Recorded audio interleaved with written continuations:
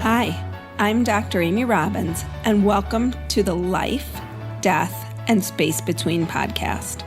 I'm a licensed clinical psychologist and medium. I know it seems like a strange combination, but that gives me a unique view of life and death.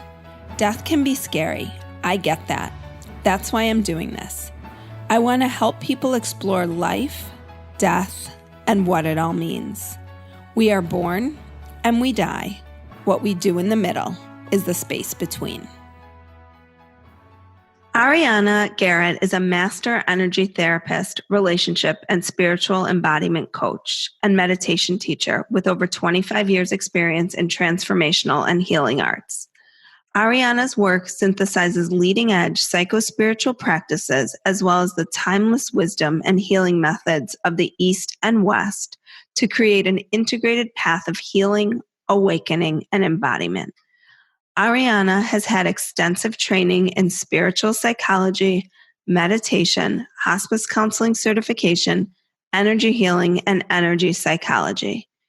In her practice and as a hospice volunteer, she has worked with people making their life transitions for the past 25 years. Welcome back, Ariana, to Life, Death, and the Space Between podcast today. Oh, it's great to be back here. I love what you're doing. So last time we spoke, we talked about the concept of a soul. And today we're going to dig in a bit more and talk about the soul and how a soul transitions. And so for us, again, can you describe, for those who didn't hear the first podcast and maybe are just tuning in, what exactly is a soul? And what are we talking about here when we talk about soul? Okay, great question, Amy. And the soul, if you can think of it as your higher self, your pure self, or the more transcendent aspect of yourself. We don't have a soul, we are a soul. So the qualities of the soul are pure love and creativity and presence and compassion. So all of those positive qualities, those things that we think of as being a good human being, those are attributes of the soul. So the soul is always working through a personality. And the personality is kind of the particular role that you have taken on in time and space. So the personality and the soul, they're always working together, or hopefully working together anyway, and coming to greater unity. But the personality is, Amy, the temporary form that the soul has created and inhabits and works through. The personality is made up of your mind and all of the habitual patterns of thought. It's made up of your emotions, and your typical emotional responses are part of the personality.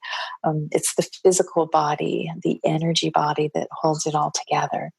So you've got this kind of basic duality of the soul and its pure state is transcendent, and then the personality is more the form in time and space. And so what we're doing on the spiritual path is we're actually working to embody soul energy, soul force. We're trying to bring that which we are in our more pure transcendent state into expression in this time, in this place, through whatever life experiences you're creating. So it's this beautiful union of soul and personality that we're working to achieve. And I prefer using terminology like personality rather than ego, because ego has so many negative connotations. Okay, but the idea is that the more soul unity we achieve, the more the personality becomes an expression of positive qualities. Okay, where the idea of the ego, it's always a fairly negative concept of the ego's getting in the way and all. So the personality is something that is constantly being transformed and uplifted and attuned to the vibration of the soul. And that's what embodiment is about, is embodying the qualities of the soul. So that's what our earthly journey is all about, is about attuning to that soul force and bringing it into our lives and living more fully as the soul every day.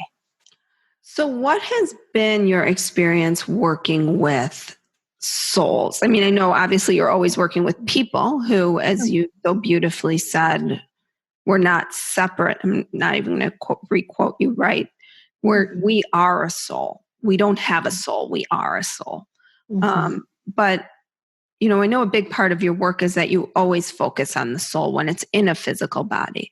But what about when it leaves the body? And how do we understand that? I mean, I think a lot of people struggle with, well, why doesn't my soul remember, in quotes, from lifetime to lifetime, what I experienced, what happens?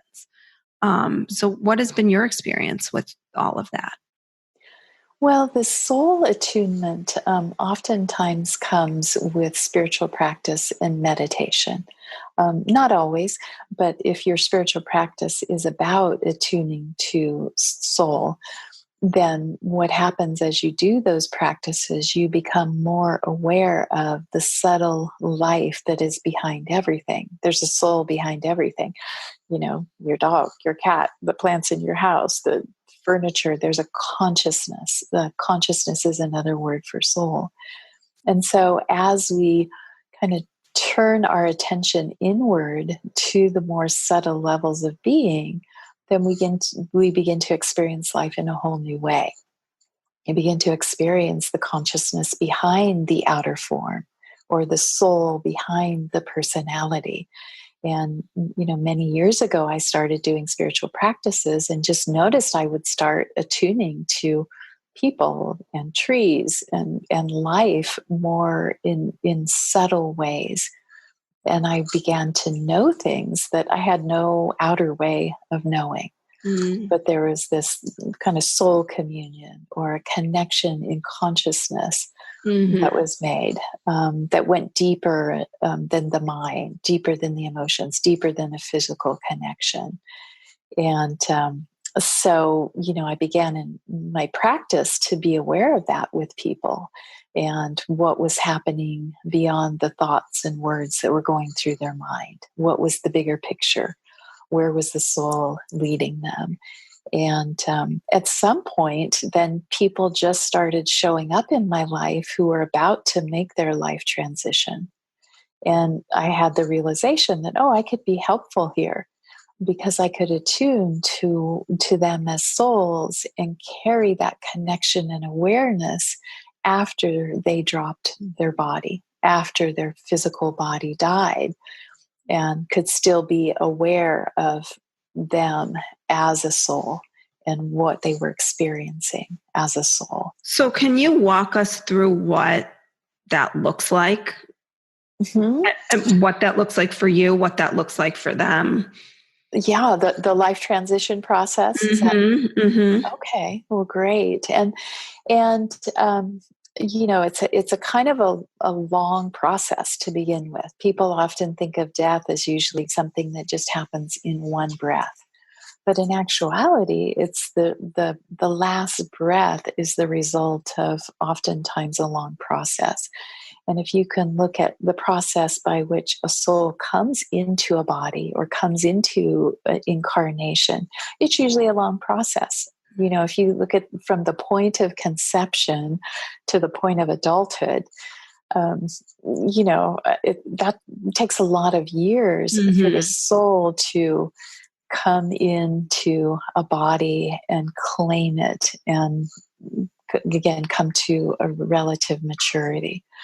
Okay, so, you know, arguably, you know, some people think maturity is at 18 years. I think it's more like 30. Yeah, I think it's moving from the psychological perspective. It's moving, you know, closer and closer to 30. And it's now called emerging adulthood in your right. Yeah, and that is definitely my experience. So the point of transition of leaving the body is oftentimes happens in stages. Okay? And there are 3 really clear-cut stages. And there are actually 3 choices to be made along the way. There's different parts of our being. So when the soul is ready to come out of incarnation, there's a soul choice that is made. And usually the choice to die is because that the personality, the form that the soul is inhabiting, there's no longer any room to grow or expand or change.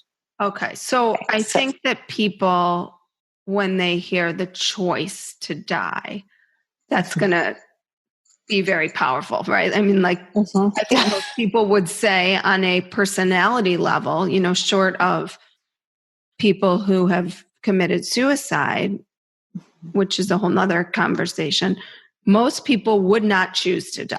Like, I think that's certainly the feedback I've gotten is like, I don't want to be thinking about that. I don't want to die. I like it here. I'm liking this life. I don't want to make another, I know people struggle and not everybody likes their life, but people don't want to die. So why would a soul choose to die? I think you said because there's no more room for growth here. And that's an amazing way to think about it. Mm-hmm. Yeah. And, usually people don't think of choosing to die because they're not attuned to their soul enough to be a conscious part of that decision. It feels like it's something outside of their control because of the separation between the soul and the personality. But you get some people, and it could be in their elder years or when they're younger, where they realize they can't grow anymore in their current life situation. So the soul may choose to pull out of a body, die, if there's illness in the physical body. Okay, so if the soul can't work through that personality anymore, then it will sometimes choose to pull out to then take its next step in another realm, in another way. So that the soul can continue to grow. And what exactly is the soul growing toward? Okay. Well, the soul is growing towards an actualization of its truest self. So a greater actualization of love and creativity and presence. And do we ever get there? No? I believe we continue to grow and grow and grow, and that there's no point of arrival, that there's just point of expansion. So you go to one mountaintop and then you see another, and you grow in new ways and expanded ways. So the soul may choose to move on because of illness. It could be because of constriction in the thinking of a personality. Like if a person is so narrow-minded that they can't grow anymore, then the soul it's kind of wasting time being in a body. Okay, it's time to move on. The soul may choose to move on if a particular purpose has been accomplished. Maybe you lived a really good and beautiful life, and it's just there's no more to do. Like you've completed what you were here to do in that body. So that would be when a soul would move on. There's a beautiful film called Antonia's Line. And it's about a woman, and it's her whole life story and post-World War II. And just a beautiful story of this woman's growth and expansion. And as an elderly woman, she called all of her family into her room and basically said, "I'm going to die today." And then she did. She said her goodbyes and released her body, and it was a beautiful and peaceful experience. Now, that isn't the norm in our culture, right? But it's sometimes the soul would pull out because the life has been well lived, and so there's a natural completion to the cycle. So it can be many of those different reasons. Either the soul can't grow, or a cycle is complete, though. In essence. So I'm going for a complete cycle. Yes, that's absolutely. what I'm going for. Absolutely. And there's a certain kind of acceptance when that happens. You see people, I think, who are attuned to their soul, and they feel ready to go. Feel the limitations of their body. my father was like that. He was in his 70s. He had lung cancer. He knew he had only several months to live. And he just said, yeah, I am ready to die. I'm ready to go. So doctors would come in the hospital room and he would introduce himself and then say, I'm ready to die. Can you help me die? And the doctors were blown away because most of the people they dealt with were people trying to get the doctor's help to keep living. Mm-hmm. But he recognized the limitations of his physical body, that he was never going to be able to have a full and active life. And so, he let go. And that's a good example of, first there's a soul choice, then there's the personality choice. Okay, of the person, here in their full awareness, being aligned with that soul choice. And sometimes it's not that. No, it's more often it's a lot of not, times, right? The personality is sort of fighting against the soul. Yeah, the personality, is programmed for survival. And so to be able to shift gears and to, align with the soul choice that's saying, okay, this cycle is done, or you can't grow in this situation anymore. It's time to move on. That a lot of people have a really hard time coming into harmony with that soul choice and for the personality to be aligned. And sometimes it's that they'll never get there, but maybe sometimes through years of illness, the personality will just be in a place where, look, maybe they've had cancer for years and have been fighting a disease. And, at some point the personality just says, I give up. This is not working for me anymore. Mm-hmm. Or I've had a good life. I let go.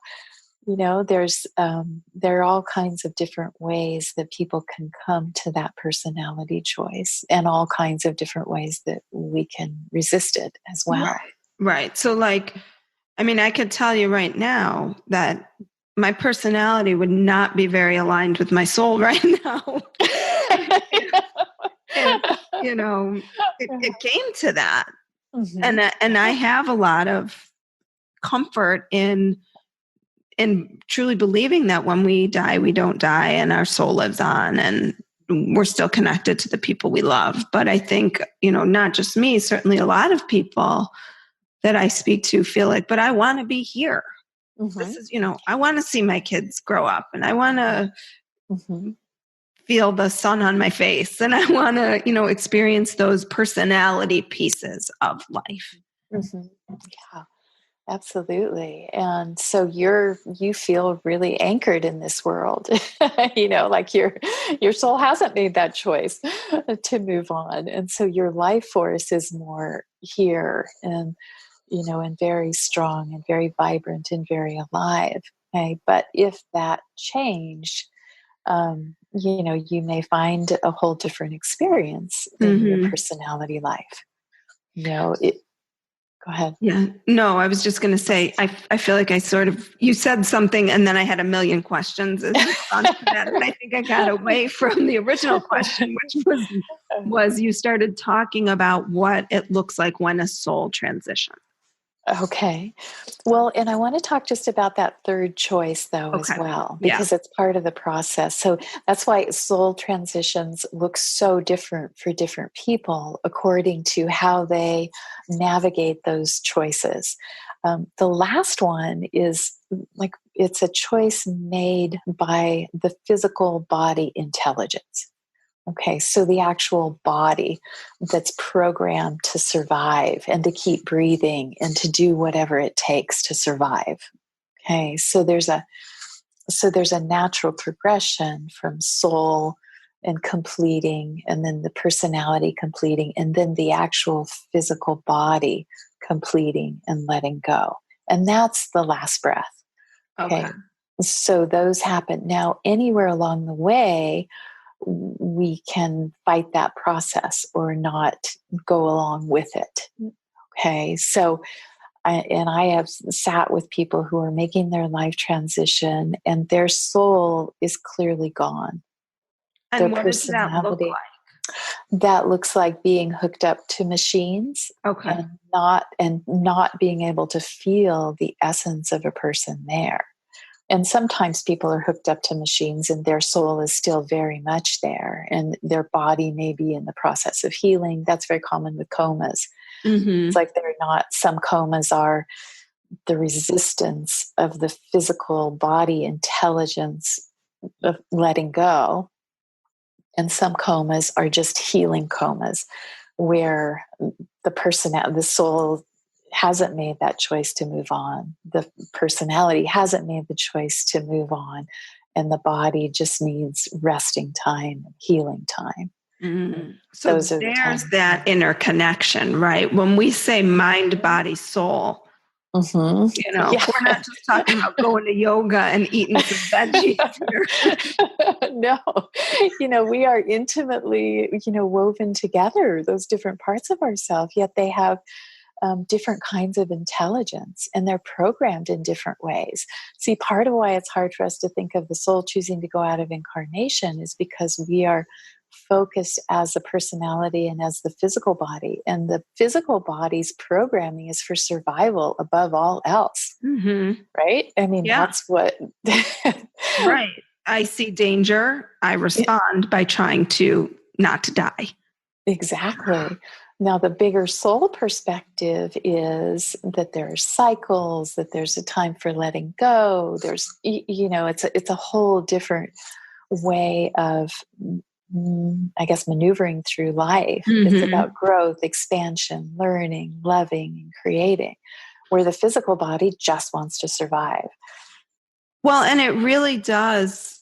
I mean, it's interesting because the world around us is sort of programmed in the way of living and dying, right? Like the seasons, transformations, things like that are very much about dying and coming back, dying and coming back, dying and coming back. I can tell you it's like -15 here. There's not a lot living. Right. But in the spring, everything will come back again, right? But we are so separate from that. And I think that that's one of the real challenges in our culture right now is we have become separate from those natural cycles. And so we forget that there are seasons.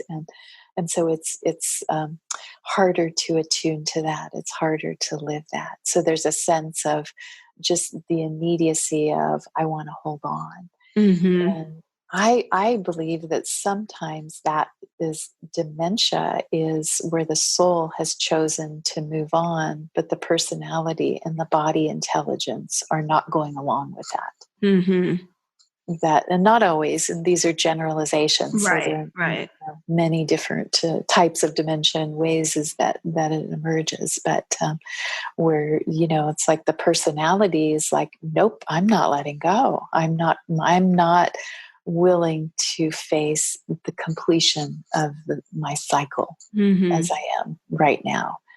And but the more we embrace the cyclic nature of life, the more we realize, okay, well, I trust that there's going to be some other form, some other expression that will emerge. So the point in all of this is that soul transitions look very different for different people because of the way they make those choices or the way that they resist those choices. Okay, so someone who is really embracing that, okay, it's my time to go. I let go. I, take care of my unfinished business. I, do what I need to do and then release. That life transition is going to look a lot more joyful, a lot more peaceful. There's going to be more love involved. Other life transitions can really look and be torturous. Can be very, very difficult. And people cannot even maybe realize that they have made their life transition, that their body has taken its last breath because of, kind of resistance to that whole process. And that means that they're stuck. Like when people talk about purgatory or hell or Well, Mhm. purgatory, I guess, is different than Mhm. hell, right? Mhm. But Yeah. this in Yes. the in between. I mean, I Mhm. remember new fun tidbit about me when I was in my old house and I started getting in contact and having more contact with people who had passed. I always heard a baby crying, Mhm. and it wasn't my baby. I didn't even have a baby at the time. And I Mhm. really felt like there must have been a soul that got stuck and couldn't cross over, couldn't make that Mhm. transition. Is that sort of what you're Mhm. talking about here?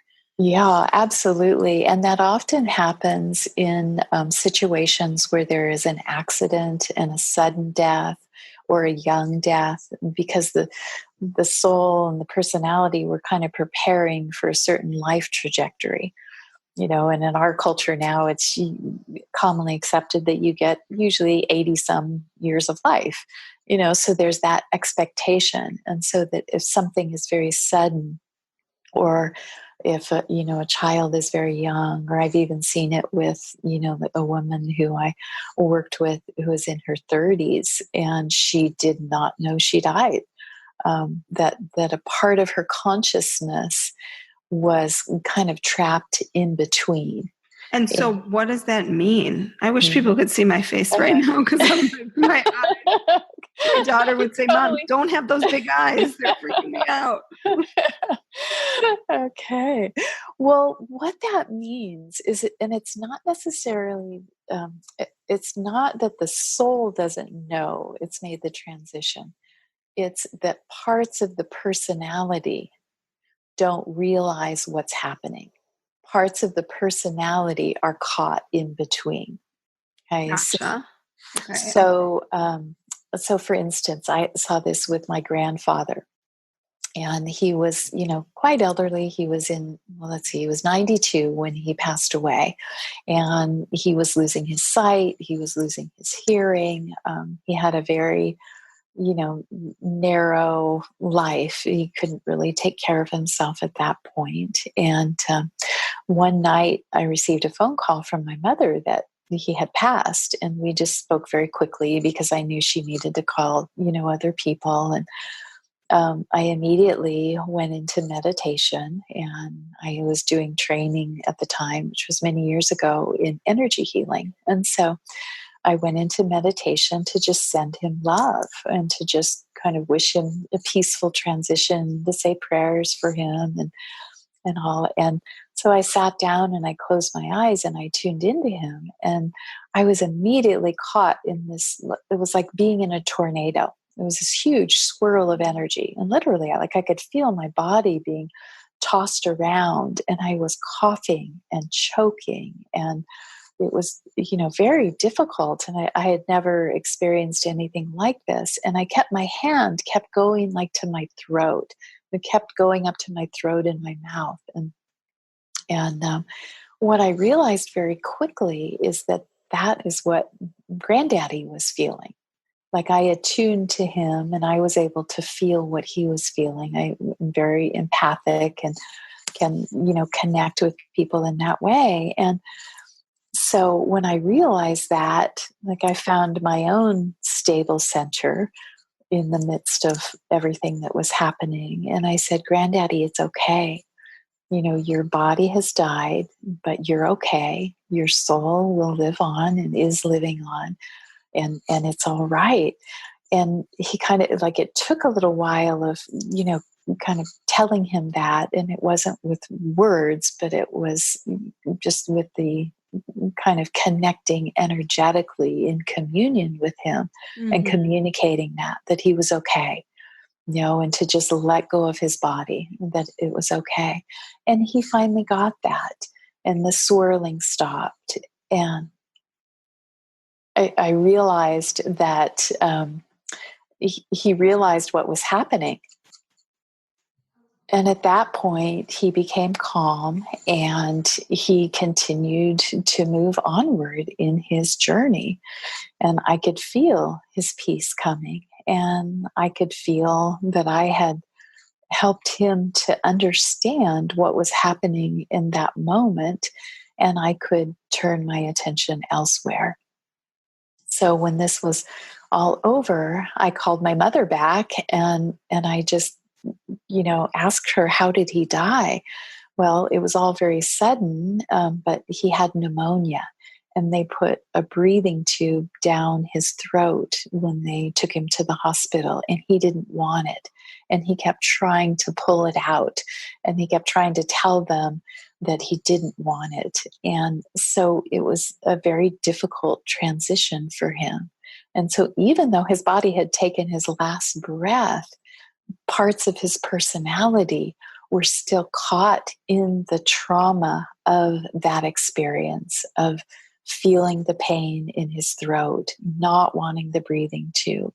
And so those were like still had life force in them. And so, me coming in, helping to explain what had happened, helped to liberate him from that energy that was still there, that traumatic energy, that choking, that fear. And so I helped to calm him down so that he could let go, leave that fear behind. And at one point in that process, he said, "Is this hell?" And I reassured him that no, it wasn't. He was just in transition, and that the more he let go, the easier that transition would be.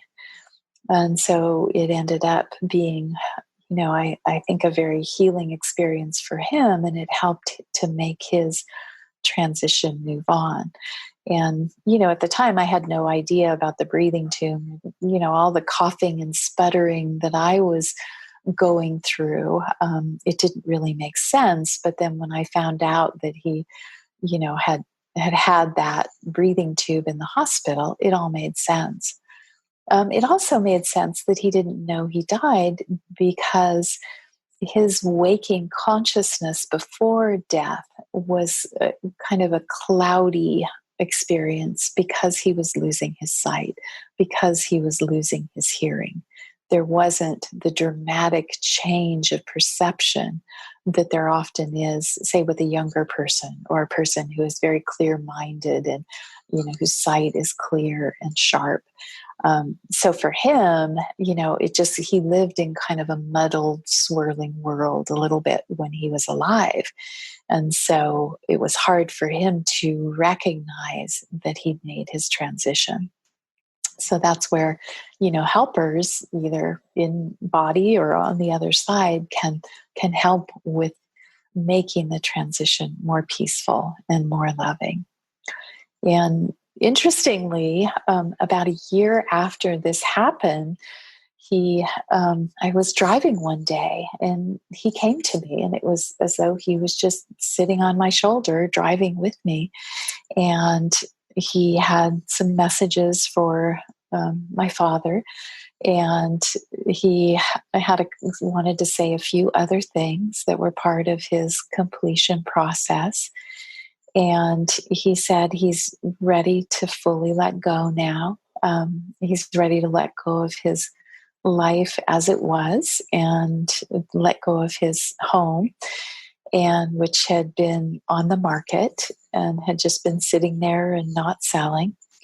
And it was a beautiful, beautiful connection that we had. And it was just a sense of him honoring me for the help that I had given him, honoring me for who I was and how he could see me from the other side in a way that he hadn't been able to when he was in a physical body.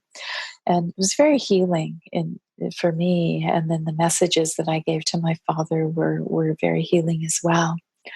And interestingly enough, about 2 weeks later, his house that had been on the market for almost a year, it sold. So, there is definitely a connection between what is happening on the other side and what is happening here in this physical reality. And the more we're attuned to our own soul, the more our soul can bridge those worlds. And it becomes natural to kind of know life on a deeper level and to know a more multi-dimensional expression of life.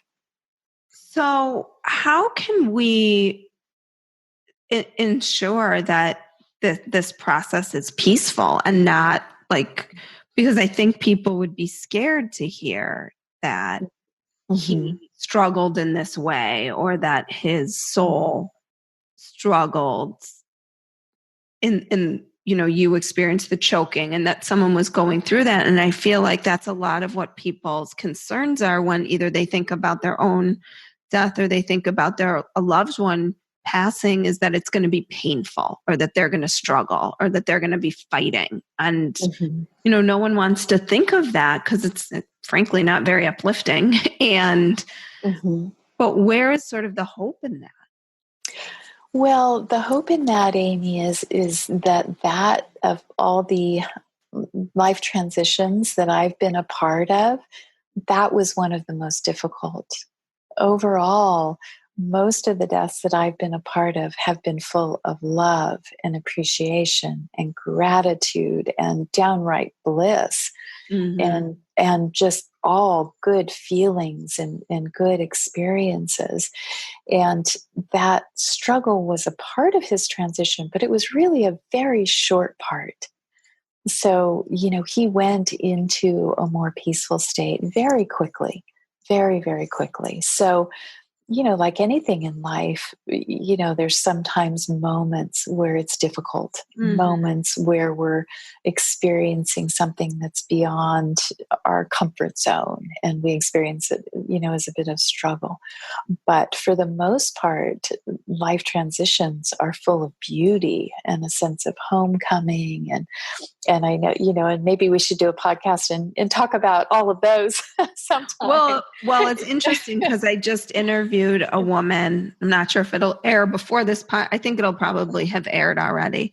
Who researches final words, and her book is called Words in Transition, and she talks about the final words that people say, and it's very much about what you're talking about: a sense of coming home, a sense of going to something exciting, a sense of beauty, a sense of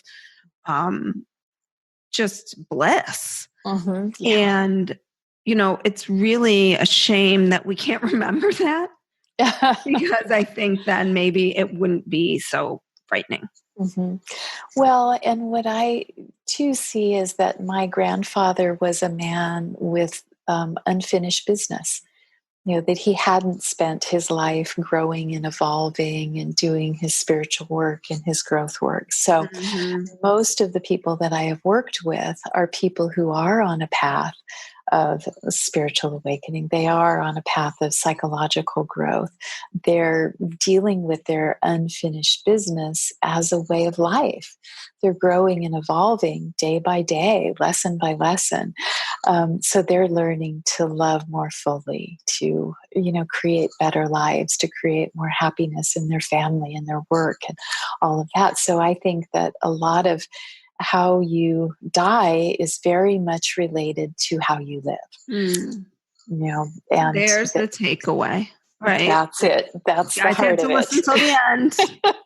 But that to me is the big takeaway, is that how you die is very much reflective of how you live. And that's why I'm doing this, is again, I want people to live more fully, more connected, more. I mean, you and I have talked about this like for hours and hours and hours, right? Is how we can help people live more connected lives. And I think.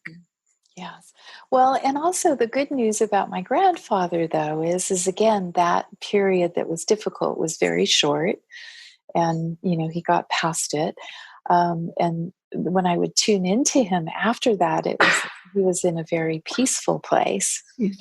And, on the other side, I have had the experience of recognizing that there are guides and teachers and healers who help people learn the lessons they didn't learn on this side, to see with the vaster vision. And so when he came back to me a year later, I had just the instant recognition that he had spent a year like learning and healing and doing his spiritual work that, maybe someone in a physical body would have done in therapy, that he had spent that time on the other side. So it's never too late. So for me, it's incredibly positive, that, okay, even if we don't kind of get things all figured out while we're in this body, we have so many opportunities to learn on the other side and to bring healing and to see the vaster vision of life and to feel more love. And when he came back, I just felt incredible love, incredible acceptance. He was not suffering. He was not in a bad state at all. So it's, for me, working with people in their life transitions has made me more excited than ever about being a human being, and helped me to touch into greater states of love and bliss and beauty and recognition of the beauty of our whole experience and the importance of our connections. That's what always comes back over and over and over in life transitions, is it's the connections that count. It's the love shared, the people that we have woven into our lives, and that's what it's all about. So for me, that seems like a perfect place to end today. Okay. So great. I love that. And, again, people have heard from you a couple of times now, but you do this work with people on various levels. I'm not dying. We work together. Absolutely. Well, I shouldn't say I'm not dying, because we're all dying, right? I mean, right. But we are, people can find you at arianagarrett.com. They can get on your email list. They can hear about the work that you do, which is really about embodying the soul. So ultimately, when you get to that place of ending in this physical body, it is a beautiful, peaceful. I mean, I know that's not just kind of how you put yourself out there, but that's really what it is how to live this life fully and connected, because ultimately that's what matters.